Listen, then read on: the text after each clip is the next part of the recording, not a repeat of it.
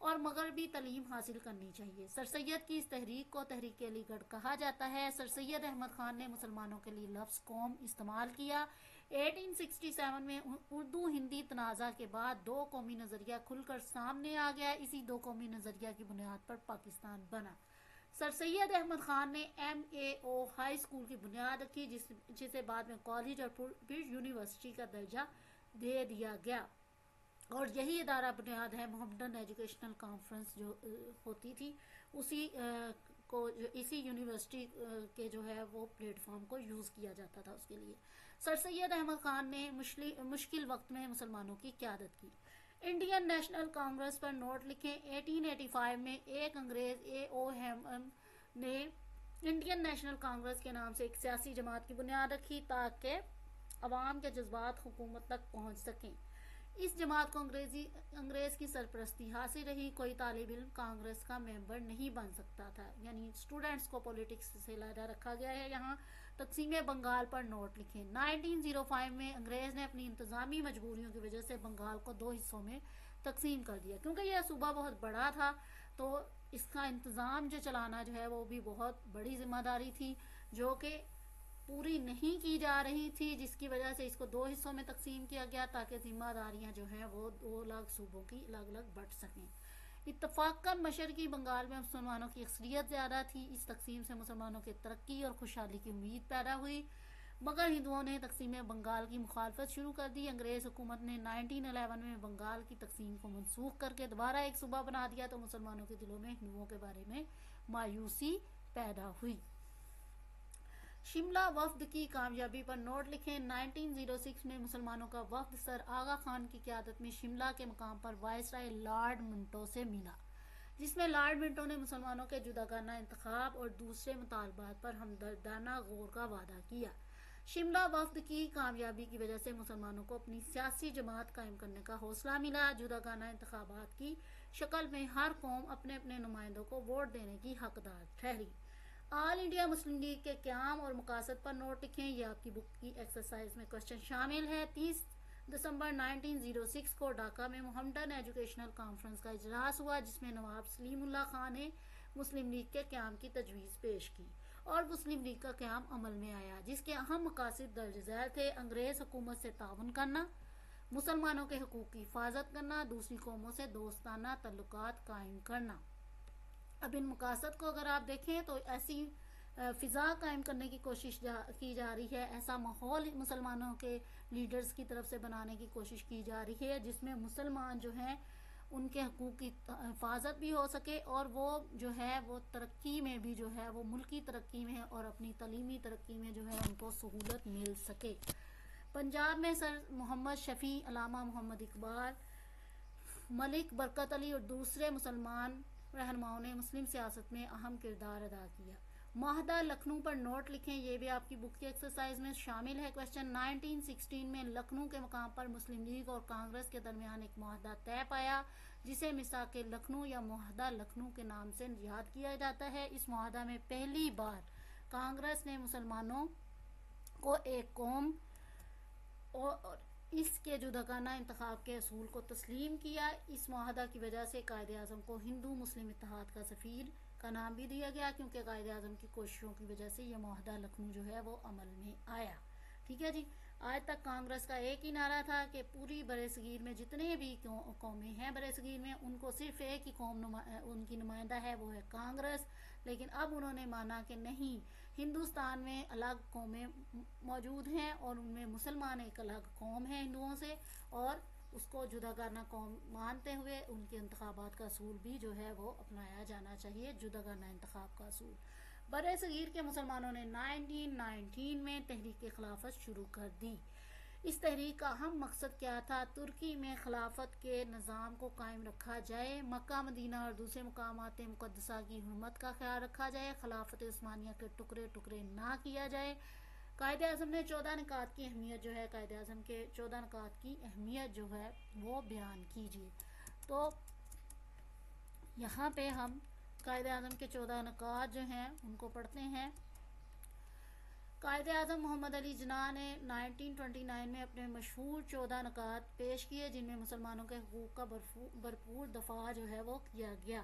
اچھا جی، یہاں پہ مختصر بات ہوئی ہے اس بارے میں. آگے چلتے ہیں انشاءاللہ. آگے چل کے آپ اگلے نیکسٹ لیولز جو ہیں وہاں پہ آپ یہ ان کے 14 نکات بھی پڑھیں گے. علامہ محمد اقبال کے خطبہ الہ آباد میں مرکزی نقطہ کیا تھا؟ 1930 میں علامہ محمد اقبال نے الہ آباد کے مقام پر اپنے خطبے میں ہندوستان کے مسلمانوں کے لیے ایک علیحدہ ملک کا تصور پیش کیا. قرارداد لاہور میں نوٹ لکھیں. یہ آپ کی بک کی ایکسرسائز میں شامل کویشچن ہے. لاہور میں مسلم لیگ کے سالانہ اجلاس میں 23 مارچ 1940 کو قرارداد لاہور منظور کر لی گئی جس میں ہندوستان کے مسلمانوں کے لیے علیحدہ وطن کا مطالبہ کیا گیا. قائد اعظم نے اس جلسے کی صدارت کی. کئی اخبارات نے قرارداد لاہور کو قرارداد پاکستان کا نام دیا. یہ قرارداد مولوی اے کے فضل الحق نے پیش کی. مینار پاکستان قرارداد لاہور کی یاد میں تعمیر کیا گیا. کویشچن ہے 1946 کے انتخابات پر مختصر نوٹ لکھیں. مسلم لیگ نے 1946 کے انتخابات میں تمام سیاسی جماعتوں کو شکست دی. مسلمانوں نے مسلم لیگ کو ووٹ دے کر ثابت کر دیا کہ پاکستان کا قیام عوامی اور جمہوری مطالبہ ہے. عبوری حکومت 1946 پر نوٹ لکھیں. ستمبر 1946 میں وائسرائے ہند نے کانگریس کو عبوری حکومت قائم کرنے کو کہا. مسلم لیگ نے عبوری حکومت میں شامل ہونے کا فیصلہ کیا. 3 جون 1947 کا منصوبہ سے کیا مراد ہے؟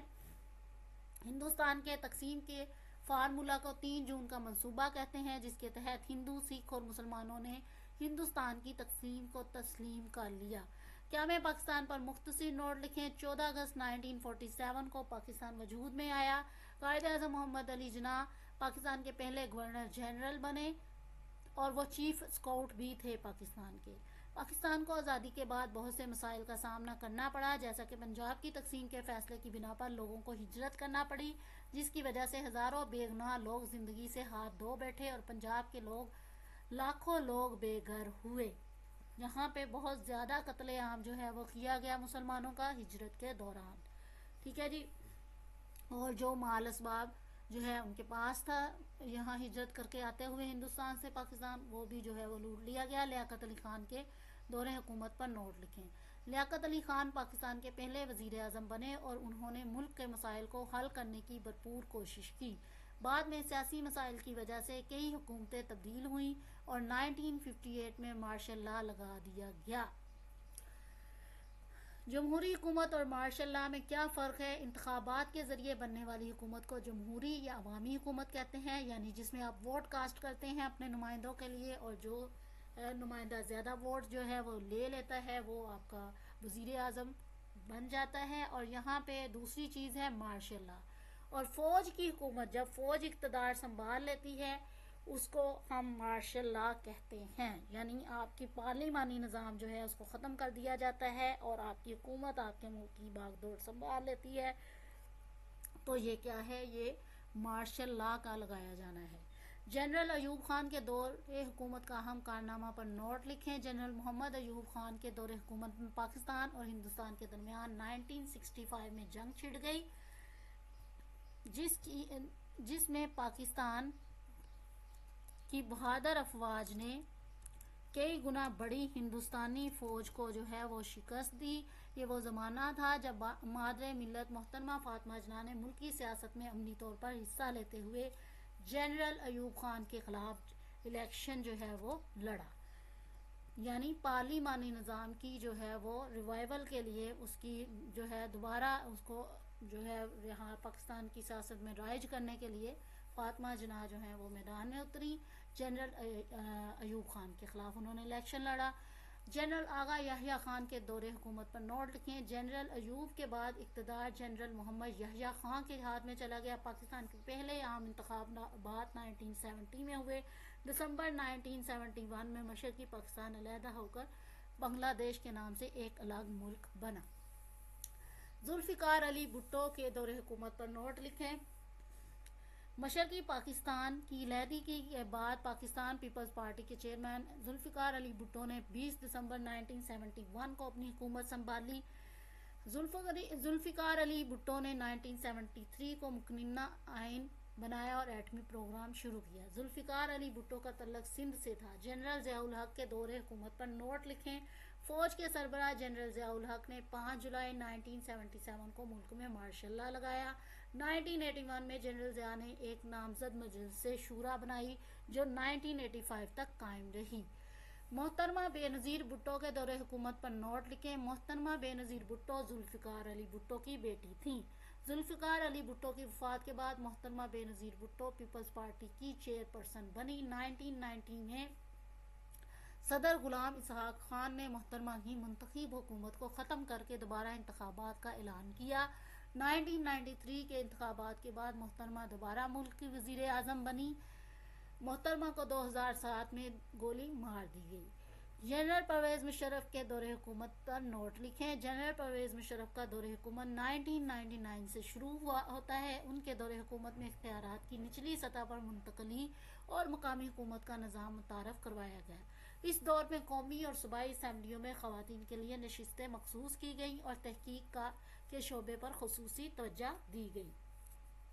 یوسف رضا گیلانی کے دور حکومت پر نوٹ لکھیں۔ 2008 کے انتخابات کے بعد پاکستان پیپلز پارٹی کے سید یوسف رضا گیلانی پاکستان کے وزیر اعظم بنے۔ ان کے دور میں 18ویں آئینی ترمیم منظور ہوئی، جس کے نتیجے میں صوبوں کو مزید اختیارات ملے۔ میاں محمد نواز شریف کے دور حکومت پر نوٹ لکھیں۔ میاں محمد نواز شریف 1990، 1997 اور 2013 میں وزیر اعظم بنے۔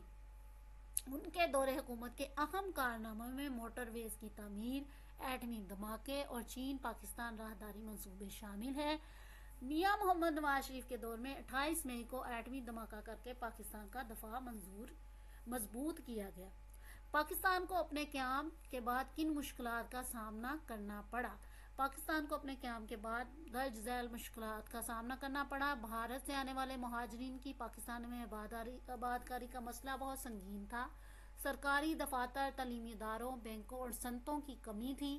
سرکاری ملازمین کو تنخواہ دینے میں مسائل کا سامنا تھا کیونکہ سرکاری خزانے میں رقم کی قلت تھی۔ ریلوے، سڑکوں، پانی اور بجلی کے نظام کی بری حالت تھی۔ میڈیکل اور انجینئرنگ کے اداروں کی کمی تھی۔ 1948 میں قائد اعظم کی وفات ملک و قوم کے لیے شدید صدمہ کا باعث تھی۔ یہ ٹھیک ایک سال بعد جو ہے وہ آپ کی وفات ہو جاتی ہے پاکستان بننے کے، اور جب لیڈر اچانک سے چلا جاتا ہے تو یہ ایسے میں قوم کو اتحاد کی ضرورت ہوتی ہے، اور اس اتحاد کے لیے بھی کوششیں کرنا پڑتی ہیں، اور اگر یہ نہ ہو سکے تو پھر جو ہے مسائل بڑھ جاتے ہیں، قوم میں نا اتفاقی بڑھ جاتی ہے، اور جو مقصد ہوتا ہے اس سے توجہ جو ہے ہٹ جاتی ہے، اور پھر مسائل جو ہے وہ مزید بڑھتے ہیں۔ پاکستان کے موجودہ مسائل پر نوٹ لکھیں۔ موجودہ دور میں پاکستان کی صنعت نے ترقی کی۔ تعلیم اور صحت کے بہتر سہولتوں کی فراہمی، برآمدات و درآمدات اور بیرونی ممالک میں پاکستانی افرادی قوت میں اضافہ ہوا ہے۔ ہر معاشرے میں مسائل ہوتے ہیں، مگر اچھی بات یہ ہوتی ہے کہ حکومت ان مسائل پر قابو پائے۔ پاکستان کے موجودہ مسائل درج ذیل ہیں۔ آبادی میں تیزی سے اضافہ ہے، بدعنوانی یعنی کرپشن ہے، دہشت گردی ہے، سیاسی عدم استحکام ہے، غیر معیاری تعلیم ہے، اور ان تمام مسائل کے باوجود ہمارا حال ہمارے ماضی سے بہتر ہے۔ اگر دیکھیے ذرائع آمد و رفت نے سیاحت و دریافت کے شعبہ کو ترقی دینے میں کیا اہم کردار ادا کیا ہے۔ قدیم زمانے میں آمد و رفت کی سہولتیں کم ہونے کی وجہ سے ایک ملک سے دوسرے ملک کا سفر بہت مشکل تھا۔ 11ویں صدی سے لوگوں کا رجحان سیاحت اور تجارتی راستوں کی تلاش کی طرف ہوا، اور وہ دوسری قوموں کے حالات جاننے کی طرف متوجہ ہوئے۔ سیاح اور مہم جو لوگوں نے نئے علاقے دریافت کیے۔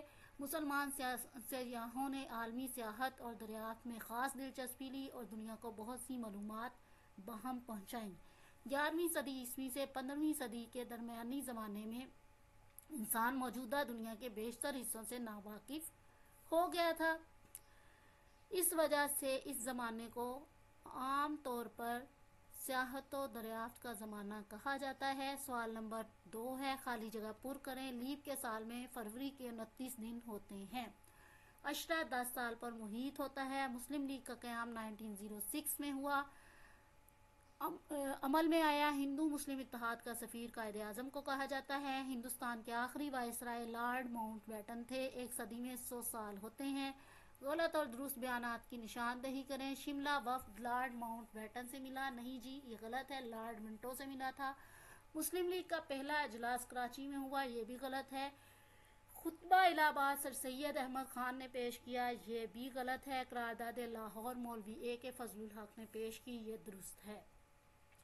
پاکستان کے پہلے گورنر جنرل قائد اعظم تھے۔ انگریزوں نے انتظامی مجبوریوں کی وجہ سے 2 حصوں میں کس صوبے کو تقسیم کیا؟ بنگال کو۔ محمد بن قاسم نے سندھ کب فتح کیا؟ 712 میں۔ کانگریس نے کس کے حقوق کی مخالفت کی؟ مسلمانوں کے۔ انگریزوں کا اقتدار قائم رہا 1947 تک۔ پاکستان کے پہلے گورنر جنرل بنے قائد اعظم۔ انتخابات کے ذریعے بننے والی حکومت کہلاتی ہے جمہوری یا عوامی؟ فوج کی حکومت کہلاتی ہے مارشل لا۔ محمد بن قاسم کس نسل کا سپہ سالار تھا؟ عرب قوم سے تعلق تھا، عرب نسل سے تھا۔ کس صدی میں سیاحت اور دریافت کو عروج حاصل ہوا؟ 11ویں صدی میں۔ اس کے ساتھ یہ آپ کا چیپٹر جو ہے وہ مکمل ہو گیا ہے۔ اگلی ویڈیو میں اگلے چیپٹر کے ساتھ آؤں گی انشاءاللہ۔ اجازت دیجیے، اللہ حافظ۔